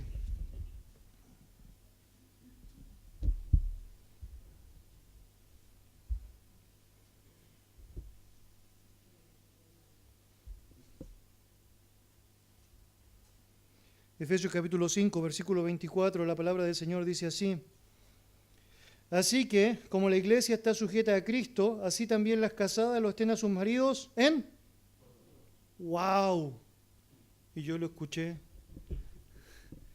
y le dije, hermano, entonces, ¿tú crees que porque ese pasaje dice eso, eso te da la posibilidad para poder mandarla a hacer lo que sea y ella está obligada a hacerlo? Y él me dijo, sí. Ahora, hermanos, francamente, la palabra del Señor no está diciendo eso. Ninguna cosa que involucra ese todo tiene que ver con algo que va contrario a lo que el mismo Dios ha establecido en su palabra. Él ha dado principios muy claros de que lo más importante es obedecer a Él por sobre los hombres. Lo ocupa en el contexto, por ejemplo, de las autoridades políticas que quisieran hacerte cambiar tu opinión sobre Dios. Es el mismo contexto que sucede en el caso de las esposas. Si tenemos que someternos a nuestros maridos como al Señor, como dice el versículo 22, nota, las casadas estén sujetas a sus propios maridos como al Señor. Obviamente, si me voy a someter a mi esposo como al Señor, jamás voy a hacer algo que es malo. Por lo tanto, el todo que viene después no quiere decir cualquier cosa que se te ocurra, sino todo lo que es correcto para honrar al Señor. ¿Me explico con eso? ¿Sí? ¿Sí? Pues si había algún hombre que tiene una pistola, por si acaso, no lo haga. Obviamente, si ese esposo hubiese entendido el principio de lo que significa el contexto para interpretar algo, claramente no tendría un trato difícil. Usted podría imaginar que el trato que él tenía con su esposa era terrible, terrible, porque no había entendido lo que significa una relación correcta. También diría como cuarto principio que la instrucción bíblica debe ser cristocéntrica y evangélica en su énfasis. Obviamente la Escritura debe llevarnos a Cristo siempre. Cuando estás hablando con alguien del Señor, debes llevarle a Cristo, debes llevarlo a Cristo, debes animarle a considerar lo que significa el Señor. Por eso es tan importante saber que este es un punto en donde ambas cosas confluyen de manera muy específica. Cuando tú estás hablando con un creyente, siempre debes hacerle pensar en su Señor y en vivir en coherencia con su Señor. Cuando tú estás hablando con un incrédulo, siempre tienes que hablarle de Cristo también, porque debe conocer a ese Cristo para que realmente éste pueda ser su Señor y obviamente pueda someterse absolutamente a Él. Una quinta cosa es que hay instrucciones orientadas a la acción. Debes animar a las personas a que puedan vivir lo que están aprendiendo. No simplemente saber. Si tú le estás traspasando tu conocimiento a otra persona y la otra persona dice, oye, qué increíble el versículo que me enseñaste, pero no lo estás animando a que pueda ejecutarlo, francamente no va a funcionar. Me ha pasado varias veces hablar con hermanos de la iglesia o no, pastor, mire, lo que usted me está diciendo es algo que yo ya sé. Y yo le digo, yo sé que usted lo sabe o no. Su problema o por qué usted está así no es porque usted lo sepa o no lo sepa, su problema es porque usted no lo está viviendo. ¿Me explico? Es decir, eso es lo que nos pasa muchas veces, ¿o no? Usted y yo sabemos un montón de cosas. Por ejemplo, sabemos todos probablemente acá que el corazón es engañoso y perverso. Pero por alguna razón siempre pensamos que es bueno pensar con el corazón. Su problema no es que no lo sepa, su problema es que no lo vive. Y eso es lo que muchas veces nos genera el problema cuando pensamos en la Escritura como la autoridad no solamente para ser leída, sino también la autoridad para ser vivida. Cuando piensas en aconsejar a alguien, debes pensar en que la información bíblica debe ayudarle a que pueda ser llevada a la acción aquello que está aprendiendo de la palabra. En Colosenses 1:9, Pablo dijo lo siguiente: no cesamos de orar por vosotros y de pedir que seáis llenos del conocimiento de su voluntad en toda sabiduría e inteligencia. Ahora nota, ¿por qué les dice que deben estar instruidos en toda la voluntad de Dios? Bueno, mira el versículo 10, dice, para que andéis como es digno del Señor, agradándole en todo. Entonces la razón por la cual debes saber la verdad es porque ahora debes agradar a Dios con la práctica de esa verdad. Nuestra meta al instruir debe ser la misma de Jesús y de Pablo. Si no mueve a nuestros aconsejados a la acción, realmente eso no es bíblico. Martin Lloyd-Jones dijo lo siguiente: habiendo aislado su doctrina por este medio y teniéndola bien clara en su propia mente, considere la relevancia de esta en particular para la gente que la va a escuchar. La cuestión de relevancia nunca debe ser olvidada. Usted no es un anticuario hablando sobre una historia antigua ni sobre civilizaciones antiguas o algo por el estilo. El predicador es un hombre que está hablando a gente que vive hoy y está confrontada a los problemas de la vida. Por tanto, debe mostrar que su predicación no es un asunto teórico y académico para el interés de personas que vienen a oír como un hobby, en la misma forma que otros se entretienen con palabras cruzadas o algo por el estilo. Usted debe mostrar en su mensaje que ahí hay una importancia vital para ellos y que deben oírlo poniendo todo su ser, porque realmente les va a ayudar a vivir, a vivir. Por lo tanto, no traspasas conocimiento simplemente para que digan qué bueno lo que sabes o qué bueno es saberlo, sino que traspasas un conocimiento para motivarlos a que puedan saber qué bueno es vivirlo, qué bueno es vivirlo. Punto 6. Enfatice tanto las dimensiones positivas como las negativas del cambio bíblico. Ahora, esto es francamente importante y creo, hermanos, que esto les va a ayudar muchísimo para entender cómo aplicar a cualquier situación de su vida lo que Dios entiende como un cambio. Vaya a Efesios capítulo 4, por favor. Efesios capítulo 4. Muchas de las preguntas que usted podría realizarse o podría realizarme hoy día pueden ser disipadas si usted logra comprender correctamente ¿Cómo el Señor entiende a alguien que ha cambiado? Efesios capítulo 4. Si yo le preguntara a usted, ¿cómo usted sabe que alguien cambió y ya no es alguien que dice mentiras? ¿Cuál sería su respuesta? Voy a preguntarle a hermano, usted hermano. La pregunta dice así: ¿cómo tú sabes que alguien dejó de ser un mentiroso?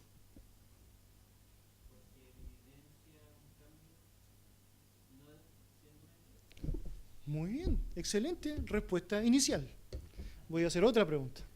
La pregunta va a ser ahora para, hermana, yo creo que tienes cara de ser una buena persona para responder esta pregunta. Sí, usted, hermana. Sí. ¿Cómo sabe que una persona ha cambiado su patrón y ya no es un ladrón? ¿Por qué dejó de robar? Ok. Probablemente podría estar toda la tarde diciendo frases como esas y usted podría responder básicamente con el opuesto que he dicho. Pero, ¿qué me diría usted si yo le digo que para Dios una persona que era ladrona y dejó de robar realmente no ha cambiado? O que para Dios una persona que era un mentiroso y que dejó de mentir realmente no ha cambiado.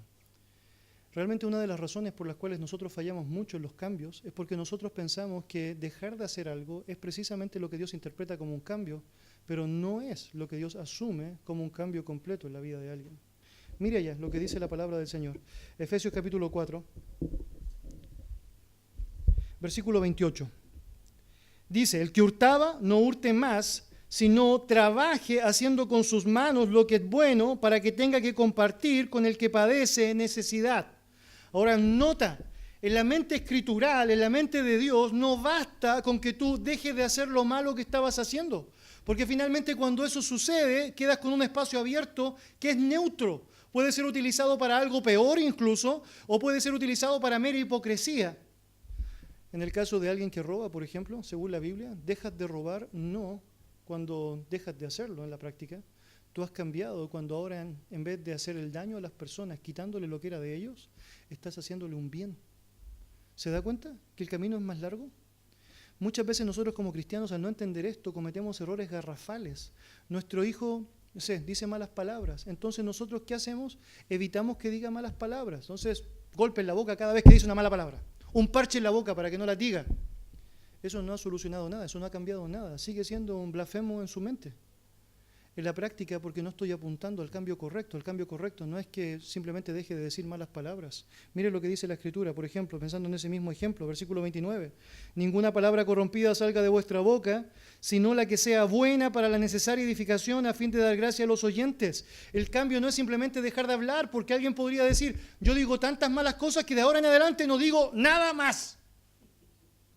Eso es conductalismo nomás, es decir, es un cambio de conducta. El cambio bíblico es que ahora voy a decir las cosas que edifican, las cosas que valen la pena, las cosas que ayudan. Ahora, eso nos sirve muchísimo para entender el principio bíblico de lo que realmente es un cambio. Es decir, si usted ha luchado muchísimo con el orgullo y usted ha pensado siempre en la lógica de estar en el primer lugar, no basta con que usted diga: mato mi orgullo, mato mi orgullo, mato mi orgullo, mato mi orgullo, ¿no? Si su problema siempre fue ponerse en el primer lugar de otros, usted lo que tiene que hacer ahora, desde ahora en adelante, es tratar de enfatizar al otro, enfatizar al otro, enfatizar al otro, enfatizar al otro. Entonces, en la práctica, el otro se sirve primero, el otro come primero, el otro termina primero, el otro tiene la Biblia primero, el otro lee primero. ¿Notas? Había una historia muy interesante de una familia que tenía problemas serios con las finanzas, nunca podían llegar a fin de mes de manera correcta. Entonces el pastor les empezó a ayudar a cómo poder administrar correctamente su dinero. Muy interesante, ambos trabajaban y obviamente el dinero de los dos podría alcanzarles eventualmente para poder vivir, pero habían mal entendido una administración correcta, entonces eso les había llevado a utilizar muy mal sus recursos, al punto que estaban tremendamente endeudados, nunca podían disfrutar lo que tenían. Bueno, un proceso largo de ordenamiento, de pago, siguiendo principios bíblicos, ¿o no? Pagar a todos los que debéis, ser buen administrador, ¿o no? Y un montón de otros que tenemos allá en la Escritura bien marcados, sobre todo en el libro de Proverbios y Eclesiastés. La Biblia, o sea, la historia nos dice que ellos finalmente llegaron a vivir en un momento sin deudas y el dinero les alcanzaba. Entonces le dijeron al pastor: pastor, mire, estamos listos, gracias por su ayuda, se pasó. Ahora estamos súper bien con nuestras finanzas, ahora realmente nos alcanza para todo lo que queremos y no luchamos con eso. Y el pastor le dijo, momentito, su problema no era necesariamente que ustedes fueran desordenados, su problema se llamaba codicia. La razón por la cual ustedes no podían llegar correctamente a fin de mes es porque ustedes usaban su dinero para sus propios deleites. Y obviamente, como lo hacían así, impropiamente tomaban lo que querían, de donde querían, y obviamente se endeudaban por eso. Por lo tanto, para que ustedes puedan solucionar ese problema de fondo, que es la codicia, ustedes lo que van a hacer es lo siguiente. En el presupuesto que ustedes tienen ahora, van a buscar un lugar, yo les voy a dar una lista de 6 opciones, y ustedes van a empezar a aportar a ese lugar todos los meses un monto específico, para que ustedes puedan demostrar que no solamente ahora están preocupados de su propio interés, sino que ahora están dispuestos a ayudar a otros. Pero pastor, si nosotros empezamos a ayudar con ese monto que usted nos dice, ahora vamos a tener problemas. Bueno, su problema era codicia, su problema era que pensaban en ustedes. La solución no está en que ahora les alcance el dinero, la solución está en que ustedes ahora sean generosos. Bueno, lo hicieron así, 6 meses. Se juntaron por 6 meses con el pastor y él les dijo, bueno, lo hicieron bien, cumplieron bien, están bien por mí. Ellos le dijeron, pastor, vamos a seguir apoyando a ese y vamos a buscar otro grupo para hacerlo. Ese es un cambio completo. Muchos de los problemas que son conocidos en nuestro tiempo, como estas luchas con la inmoralidad, pensando por ejemplo en pornografía, tienen su raíz en la codicia, en esa raíz que tiene que ver básicamente con querer lo que yo quiero. Entonces, como yo quiero lo que yo quiero, me estimulo con lo que yo quiero. Entonces a veces las personas dicen, ¿cómo soluciono esto? Bueno, una forma para solucionarlo es que usted haga todo lo contrario. Si el problema es que usted está pensando en usted nomás, deje de pensar en usted y piense en los demás. Sea generoso, comparta, dé. No estoy diciendo siempre este es el patrón, pero este es un buen patrón. Siempre es el bueno cuando es codicia el caso. Si la cosa era siempre tratarse de mí, ahora tiene que tratarse de ti. Por eso el amor no busca lo suyo, por eso el amor no está preocupado de sí mismo, el amor está pensando siempre en el otro. Por eso la Biblia se nos demanda tanto que estemos pensando en el otro como superior. Es porque finalmente tenemos que apuntar a donde debemos y la palabra del Señor nos debe convocar a este cambio bíblico. Hermano, una persona cambia cuando francamente no ha simplemente evidenciado que su conducta es distinta. Es decir, ¿cuántos niños se portan bien en la iglesia porque los papás les dicen que si no se portan bien les van a volar el popín en la casa? Eso no generó un cambio en ellos, no lo generó. Es decir, no dejas de ser responsable de su disciplina, eso no significa en ningún sentido de que él tampoco va a luchar con lo que eso significa, pero apunta al cambio completo. Si solamente te importa lo que realmente va a ser su estética o lo que los demás van a decir de él, y no estás dispuesto a realizar un proceso completo para que se dé cuenta de lo que significa un cambio efectivo, francamente, lo único que vas a lograr son pequeños hipócritas, y va a pasar exactamente lo mismo con nosotros. En el mundo, la gente sabe cómo tratar cosas de conducta. Esa es la verdad. Existen muchas personas no cristianas que han dejado vicios. Usted sabe eso seguramente, ¿no? ¿Cuánta gente no cristiana ha dejado el alcohol sin ser cristianos? ¿Cuánta gente ha dejado, es decir, el vicio, la droga o lo que sea sin ser cristianos? Eso se puede hacer. El punto es que eso no cambia el corazón en la forma como lo están haciendo, pero lo están haciendo de alguna u otra manera. Hay muchas formas o muchas terapias que se realizan a veces de shock para tratar de lograr que gente deje de hacer lo que está haciendo, ¿no? Entonces conocemos, por ejemplo, terapias de shock en donde una persona alcohólica es amarrada a una camilla por un montón de tiempo, se le administra solamente suero, la persona al principio está tirando para todos lados, gritando, gimiendo, ¿no? Pero después de 2 semanas ya no tiene fuerza para seguir peleando con la camilla y las amarras, entonces queda quieto y la familia dice, esta persona va mucho mejor porque por 2 semanas no ha consumido nada, ¿no? Y la clínica sigue recibiendo sus ingresos por eso, obviamente, porque ha logrado un beneficio fantástico. Si usted va a seguir esa terapia, podría hacerlo en la casa también, ¿no? Se puede amarrar a quien sea, en la casa o no. Pero ellos, como tienen una denominación allá específica, pueden lograrlo sin cargo de conciencia mayor. Bueno, la persona puede estar 1 mes allá y después de 1 mes, hasta la persona se convence que ahora puede vivir sin alcohol, ¿no? Pero lo único que hicieron fue suprimir la situación particular, pero no le dieron herramientas suficientes para vivir sin tener que otra vez caer en la situación. Entonces la persona sale muy feliz, contento, porque obviamente ha logrado pasar esta situación específica de tomar como tomaba todos los días y todas las maneras que venía, y caminando, camino a su casa, de pronto una botillería, hay que celebrar o no. Nada cambió. Porque eso no es un cambio. Dejar de tomar no te hace ahora una persona que, bueno, fue liberado de la borrachera. Si tu problema tenía que ver con un vicio, lo que es correcto es que cambies ese vicio ahora por Cristo. Por lo tanto, cuando hay tiempos vacíos, cuando hay espacios allá, cuando hay cambios, siempre debes pensar en cómo el contraste correcto se hace para con Dios, cómo eso se lleva adelante de la forma correcta. Puedes luchar con un montón de pecados y puedes hacer exactamente el mismo ejercicio. ¿Eres iracundo? ¿Eres de aquellas personas que es asumido como un mecha corta o no? ¿Que fácilmente se indigna? Bueno, ¿cómo estás tratando eso? Y la pregunta ya, la respuesta que de este va a responder realmente si estás haciéndolo bien. Si la forma es completamente opuesta a la Escritura, si simplemente te has intentado de solucionar eso a través de otras metodologías, francamente eso no te ha ayudado en nada. Mire, el mundo ha establecido sistemas muy interesantes. Uno de ellos que me llamó mucho la atención conocer hace un tiempo atrás es un ejercicio de descarga de ira. Entonces lo que hacen es que tú entras a un lugar, te ponen allá unas gafas para proteger tus ojos y te pasan un bate de béisbol. Y tú tienes en una sala allá un montón de artefactos electrodomésticos. Y tú tienes 1 minuto para descargar tu ira. Entonces agarras el bate y empieza, microondas, ¡fua! Hervidor, ¡fua! ¿No? Cocina, ¡fua! Entonces, después de eso, le preguntan a la persona, ¿cómo saliste? Liberado, ¿no? Liberado, pero es como hacer zumba, liberado, ¿no? La pregunta es, ¿eso cambió su corazón? No, conseguiste tener ahora un golpeador profesional. ¿Qué va a pasar cuando tenga un ataque de ira y algo parecido a un bate en su casa? ¿Notas? Esta es la solución que el mundo ofrece. No es solución. Necesitas tratar el corazón. Y cuando quieres tratar la ira, necesitas invertir en tu vida todo lo contrario a eso, de manera muy abierta y explícita. Necesitas obviamente pensar en lo que el Señor espera que pienses. La instrucción debe ser bíblicamente adecuada. Esta es la siguiente cosa que estamos aprendiendo allá también. 7. Distinga las directivas divinas y las sugerencias humanas. Hay una gran diferencia entre lo que es la directiva divina y lo que es la sugerencia humana. Mire, en algunas ocasiones usted puede pensar que un formato de aplicación para una directiva divina puede ser correcta, pero eso no es precisamente lo que Dios espera. Déjeme dar un ejemplo práctico. Vaya a Efesios capítulo 5, usted está allá. Efesios capítulo 5, versículo 16. La Biblia dice lo siguiente, aprovechando bien el tiempo porque los días son malos. Entonces usted debe saber que la directiva bíblica es esta. Usted debe aprovechar el tiempo porque los días son malos. Ahora usted como consejero, ahora lo que tiene que hacer después de decirle a alguien eso, que debe aprovechar bien el tiempo porque los días son malos, es cómo aprovecho bien el tiempo porque los días son malos, ¿no? Entonces usted como consejero puede dar sugerencias humanas para eso. Por ejemplo, una buena sugerencia sería esta. Haga una agenda, tenga una agenda. Y obviamente anote cada cosa que debe hacer correctamente. Levántese temprano, obviamente, y invierta correctamente su tiempo de la manera que obviamente va a privilegiar lo que Dios espera y no necesariamente lo que su carne quiere. ¿Es un buen consejo tener una agenda? ¿Sí o no?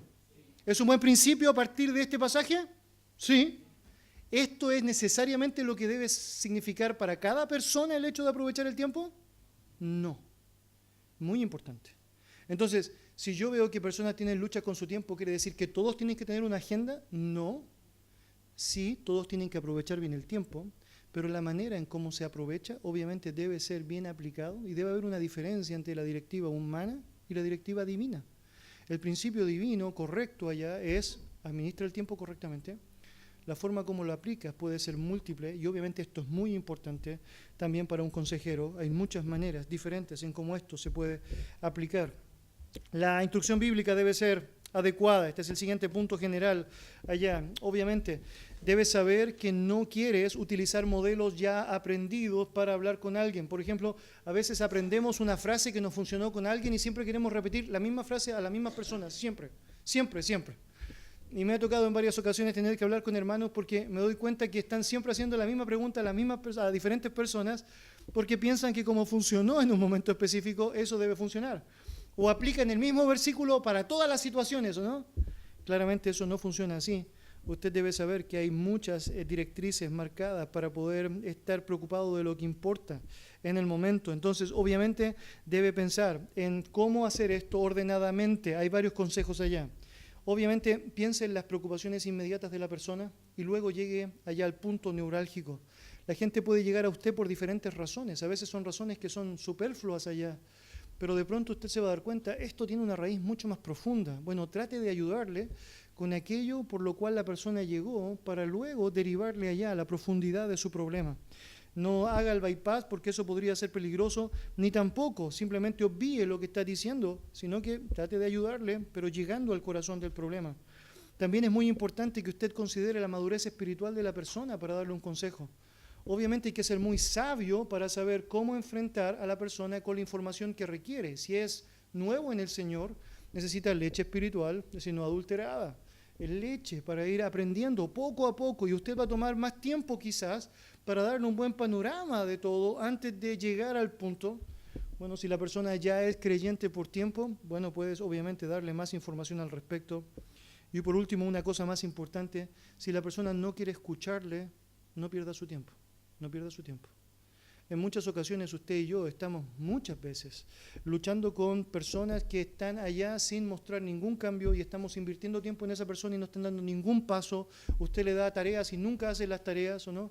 La Biblia es clara para decirnos: no inviertas tiempo allá, no pases tiempo con el escarnecedor, no le des perlas a los cerdos, y un montón de referencias bíblicas que son muy fuertes, que nos ayudan a entender que no puedes ni debes perder tu tiempo allá. En varias ocasiones me ha tocado decirle a una persona en específico: hey, mira, si tú no quieres cumplir con un procedimiento correcto, no pierdas el tiempo tú, ni me hagas perder el tiempo a mí. Y si vas a seguir en el pecado, ahora ya no estamos en un proceso de consejería, estamos en un proceso de disciplina. Son dos cosas muy distintas. Por lo tanto, si alguien quiere ser ayudado, bueno, que sea ayudado en el proceso correcto, y obviamente invierte en la persona en la medida que la persona está disponible para ser ayudada. Le digo a los hermanos de la iglesia: yo no puedo pastorear a alguien que no quiere ser pastoreado. Tú no puedes aconsejar a alguien que no quiere ser aconsejado. Esa es la verdad. Y a veces hay muchas personas que simplemente te cuentan lo que están viviendo porque quieren contarte lo que están viviendo, no quieren escuchar nada. Muchas personas te van a buscar para que le digas lo que quieren escuchar, y si le dices algo distinto, no te van a considerar más. Bueno, en cualquiera de esas situaciones usted debe saber, no está convocado a seguir aconsejando, debe exhortarle: hey, necesitas arrepentirte, necesitas cambiar ese formato, porque así no funciona según las Escrituras. Tú necesitas aprender, tú necesitas someterte a la verdad, someterte a la verdad. Hermanos, hasta este punto, conforme a lo que hemos mencionado, ¿hay preguntas en particular que quisieras mencionar?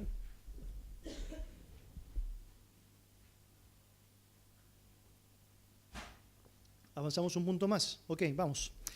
Punto número 4, la consejería y el Espíritu Santo.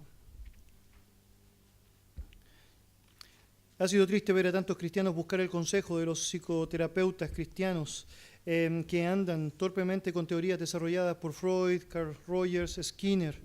La psicología y la terapia de conversación están tan en bancarrota que muchos están abandonándola para abrazar la psiquiatría biológica. Los medicamentos psicotrópicos es el nuevo salvador. Los problemas que alguna vez fueron atribuidos a las familias disfuncionales y el conflicto de identidad y superego ahora están llenos de desequilibrios químicos y trastornos.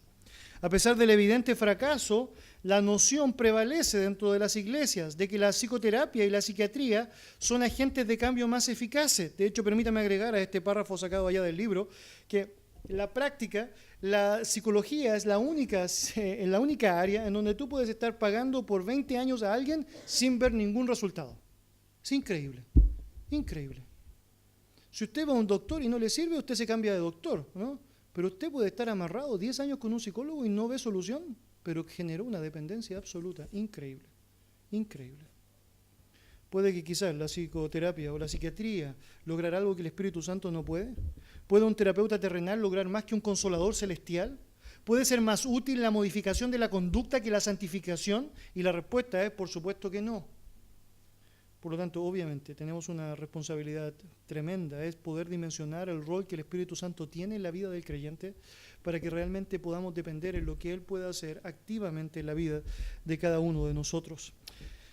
Cuando estamos pensando en el Espíritu Santo, pensamos en que hay dos extremos que son tremendamente peligrosos. Por un lado está ese extremo que dice que el Espíritu Santo no tiene casi ninguna función y lo han obviamente desechado al punto de que no se le enfatiza en ninguna función o área de sus atributos o carácter. Por otro lado están aquellos que han blasfemado del Espíritu Santo, incluso haciendo un montón de cosas en nombre de Él sin que Él nunca las haya mencionado en la Biblia. Ambos extremos son nocivos. La palabra del Señor nos permite y nos pide tener un equilibrio correcto con respecto a su rol. ¿El Espíritu Santo tiene un rol fundamental en la consejería bíblica? Y la respuesta es absolutamente sí. Primera cosa que debes saber, obviamente allá, basada en Juan 14. Si puedes ir allá en tu Biblia, Juan 14.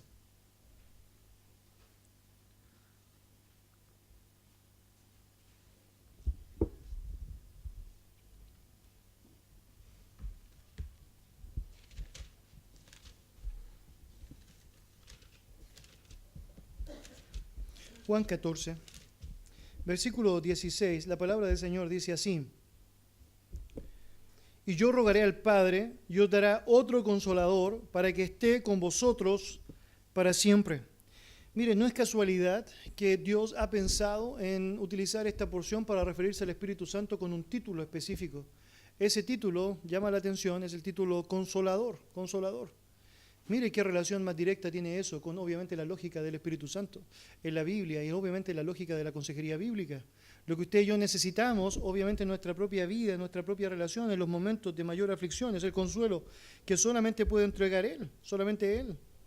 Este término consolador, que obviamente está aludiendo al Espíritu Santo, paracleto allá, que es la idea de otro de la misma clase, era algo que podía satisfacer obviamente el corazón de los discípulos que sabían que prontamente iban a quedar sin el Señor, por lo tanto nada iba a ayudarles, nada iba a servirles que no fuese lo mismo que Jesús. Y Jesucristo utiliza esta misma lógica, otro de la misma clase, otro consolador. Otra cosa importante allá que podemos saber, versículo 17, nota, el Espíritu de verdad, el cual el mundo no puede recibir, porque no lo ve ni le conoce, pero vosotros le conocéis, porque mora con vosotros y estará en vosotros. El principio es que fuera de Él, o sin su ayuda, no podemos llegar a conocer la verdad. Por ello la consejería bíblica en conversos no es posible a menos que se conviertan. Muy importante. Llegamos a este punto y diría que esta es una de las más grandes implicaciones. En muchas ocasiones usted como creyente piensa que usted puede aplicar consejería bíblica a incrédulos y no es lo que Dios quiere que usted haga. La Biblia nos ha dado parámetros claros para entender esto. En primer lugar, cuando la Biblia habla de incrédulos, siempre nos dice que nosotros debemos hacer con ellos, ¿qué cosa? Evangelizarles, evangelizarles, evangelizarles. ¿Y qué otra cosa puedo hacer? Evangelizarles. Pero podría decir, evangelízala. La razón es que nadie que no tenga el Espíritu de Dios puede discernir las cosas de Dios. Por lo tanto, ningún cambio puede ser provocado en alguien incrédulo de manera directa hacia el corazón si el Espíritu de Dios no ha llegado a esta persona. De hecho, muchas veces esto puede ser una trampa para nosotros, porque a veces se nos hace más fácil aconsejar a alguien que evangelizarle, pero Dios no nos mandó a aconsejar incrédulos, nos mandó a evangelizarles. La consejería bíblica se aplica a los creyentes, a aquellos que tienen el Espíritu Santo. Abrimos nuestra iglesia hace unos años atrás para consejería abierta a las personas que querían venir. Obviamente el propósito de eso era entender el primer punto allá de evangelizarles si no eras creyente. Llegaron muchas personas, muchas personas. Ellos tomaban cita, hacíamos horarios y yo estaba allá en la oficina recibiéndoles. Y bueno, es decir, muchísimas personas no eran creyentes, me contaban todo su problema, muchos habían pasado por un montón de situaciones específicas antes de eso. Y luego de escucharles todo un buen rato y escuchar su situación, yo les decía esto: mire, usted tiene un problema serio, muy serio, pero con todo lo serio que es su problema, usted debe saber que tiene uno que es más grande que ese, se llama pecado. Y la verdad es que si usted no puede resolver ese problema primero, usted difícilmente puede enfrentar correctamente cualquier otra problemática en su vida. Usted necesita un Señor, un Salvador. Bueno, debería decirle con tristeza, obviamente el gran porcentaje de personas que comenzaban yendo a esa primera sesión no volvía a la siguiente. Pero aquellas personas que estuvieron dispuestos a perseverar, realmente tuvieron la posibilidad de disfrutar la gracia del Señor, en primer lugar efectuada en su salvación, en segundo lugar efectuada en su santificación a través de la resolución de la situación que estaban experimentando. Hermanos, el Espíritu Santo es el que hace el cambio en las personas y obviamente es el Espíritu de la verdad, como dice el texto bíblico allá, que nos permite conocer, porque mora con nosotros. Por lo tanto, muy importante esta implicación allá. Tercera cosa, la unión del Espíritu Santo y la verdad es inquebrantable, no puedes separar una cosa de la otra. Si tú crees en la verdad, debes creer obviamente en la obra del Espíritu Santo. De hecho, Él nos guía a la verdad, dice su palabra. No hay una distancia entre uno y otro allá. Son complementarios activamente allá. De hecho, la Escritura ha sido inspirada por el Espíritu Santo. Tercera implicación, cuarta implicación allá, el Espíritu Santo no solo está con nosotros, está en nosotros, Él habita en el creyente. De esa manera, obviamente, el ministerio que Él tiene en nosotros para consolarnos, animarnos y alentarnos es permanente, es constante, es activo. Y una siguiente implicación es que Él nos mueve a amar y obedecer a Cristo. Mire, versículo 23 al 25 de Juan 14. Respondiendo Jesús le dijo: el que me ama a mí, mi palabra guardará, y mi Padre le amará, y vendremos a Él, y haremos morada con Él. El que no me ama no guarda mis palabras, y la palabra que habéis oído no es mía, sino del Padre que me envió. Os he dicho estas cosas estando con vosotros. La palabra del Señor nos está diciendo allá algo muy importante, hermanos. Obviamente va a haber una motivación del Espíritu Santo activo en nosotros que tiene que ver con amar a Cristo, amar con el amor de Dios en nuestros corazones. Solo el Espíritu Santo puede obrar los cambios fundamentales que necesitamos en el corazón. Por tanto, Él es el agente indispensable de la consejería bíblica. Agente indispensable de la consejería bíblica. Permítame decir esto en palabras breves. Primero, el nuevo nacimiento es obra soberana del Espíritu Santo. Sabemos eso, según la palabra del Señor. Y todo el crecimiento espiritual del que ha nacido de nuevo proviene de la palabra del Señor, obviamente, producto de la obra del Espíritu Santo. Segunda cosa, fuera de la obra de la regeneración, fuera de la obra del Espíritu Santo, ningún consejo puede remover la raíz de aquellas personas que obviamente están luchando con alguna problemática en particular. No podemos neutralizar los efectos del pecado sin la obra del Espíritu Santo. Tercera cosa, menos que el Espíritu Santo esté obrando en el corazón del aconsejado, cualquier cambio aparente no va a ser otra cosa que conducta nomás, ilusorio, lo que se ve, pero no nada que tiene que ver allá con algo permanente y del corazón. Una siguiente implicación es que el Espíritu Santo no lleva nuestra atención hacia nuestro ser interior, ni siquiera hasta el mismo. Él dirige nuestro enfoque hacia Cristo. Esta es una gran implicación. Lo que hace la psicología es que trata de sacar de adentro de ti la solución para tu problema. Pero si hay algo que sabes cuando estás en un problema contigo mismo es que tú mismo te metiste ahí. Por lo tanto, lo que tú necesitas no es una ayuda desde ti mismo, necesitas una ayuda desde fuera de ti. Y el Espíritu Santo te ayuda a no poner tu mirada en ti, sino que a poner tu mirada en donde debe estar puesta, en el Señor.